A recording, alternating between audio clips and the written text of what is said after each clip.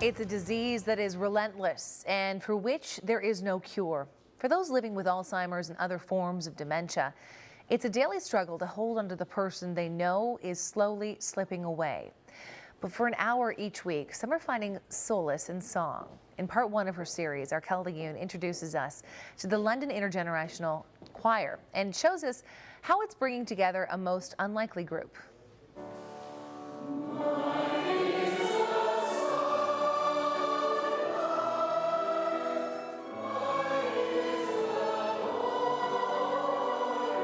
It's Thursday afternoon and music is in the air at the Sisters of St. Joseph Chapel.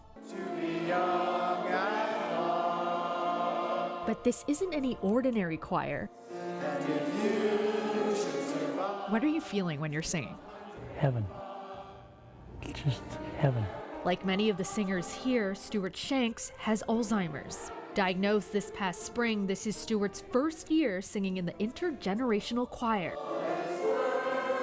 To watch her in conducting and how she gets right into it, just can't help but move you.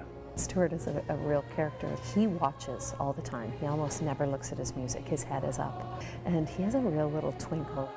I'd never heard of students joining choir members like they do here, and I really like it. The students are from Medway High School, each of them paired with someone suffering from dementia. The moment they walk in the door, sometimes it can seem a little distorted, but within 5 minutes of singing, it's a complete 360 turn. It's incredible watching the way that music can almost heal someone, you know?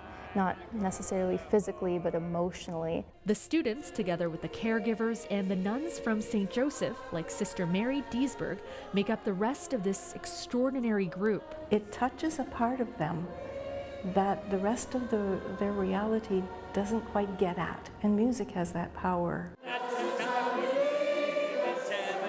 And it's that power of music that prompted the Alzheimer's Society London Middlesex to launch this music project 4 years ago. It's the first choir of its kind in Canada. There are 2 sessions each year, one in the spring and another in the fall. Each session consists of about 10 practices, followed by a concert. I look forward to this every week. It's just a happy feeling, that's all.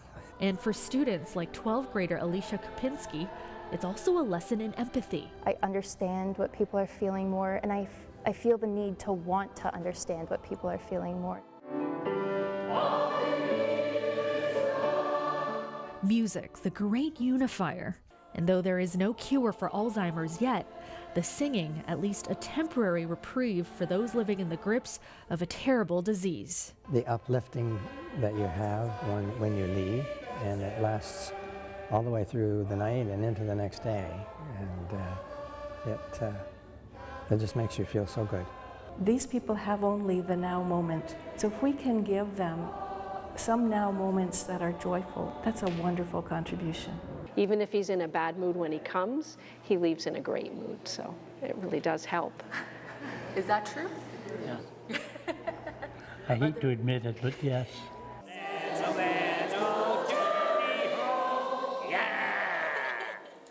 Arkelda Yoon, CTV News.